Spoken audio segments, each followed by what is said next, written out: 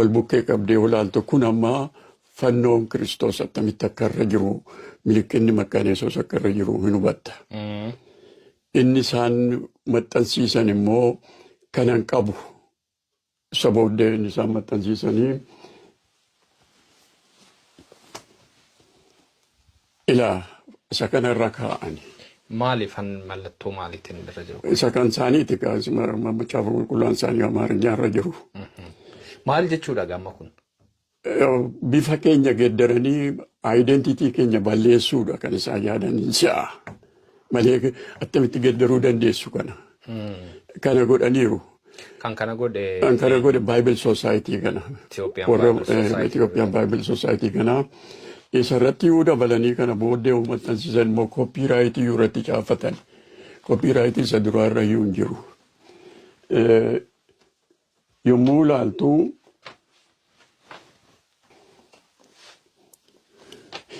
sabara kuma lamaaf torbatti macaafonni kuma 100 maxxanfame irratti kan isaan kana hojjetan isa kanagaa kana macaafni kun macaafa xinnaadha isa erga taasofnee walii gallee booddee isaan qopheessanidha kan isaan duratti maxxansiisan kana keessatti kan argitu fannoo irraa baasuu duwwaa utuu hin ta'in kan isaan godhan kana sadani mallattoo maaliiti alaabaa Haayile Sillaasee durii nuyi dhimma poolitikaa keetiif miti macaafa kan maxxansiifne isaan kana yommuu godhanii kan keenya jechuu isaaniiti egaa akkasitti kan isaanii identitii macaafa qulqulluu duwwaa utuu hin ta'in kanaan identitii Oromoo nu harkaa fudhachuu fedhani. Kanarratti dubbii kan kaafne kun diddiiramuu qabaa inni diddiiruu isaatii fi dura laastikiitti nu maxxansanii nuu kennan.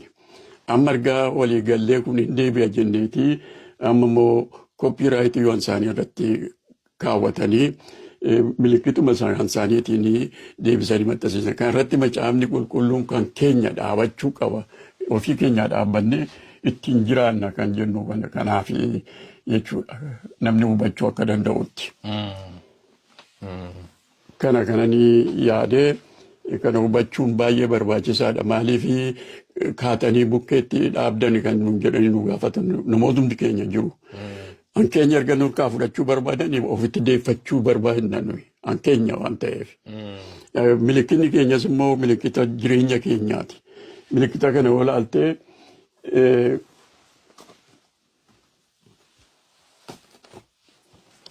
Wangeelli Kiristoosan sibira ga'ee fuula arfanuutiin biyya lafaa Oromooti kan tamsa'uudha kun.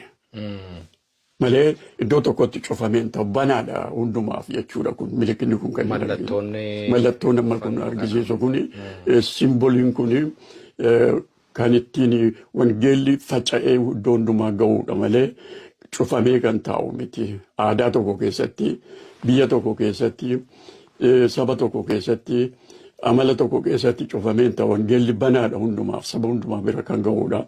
Kana diddiiruun guutummaanuma kan abbaa gammachiis ta'e kan keenyas ta'e Oromoon jibba keenya jibba macaafa nu jibbuunuma.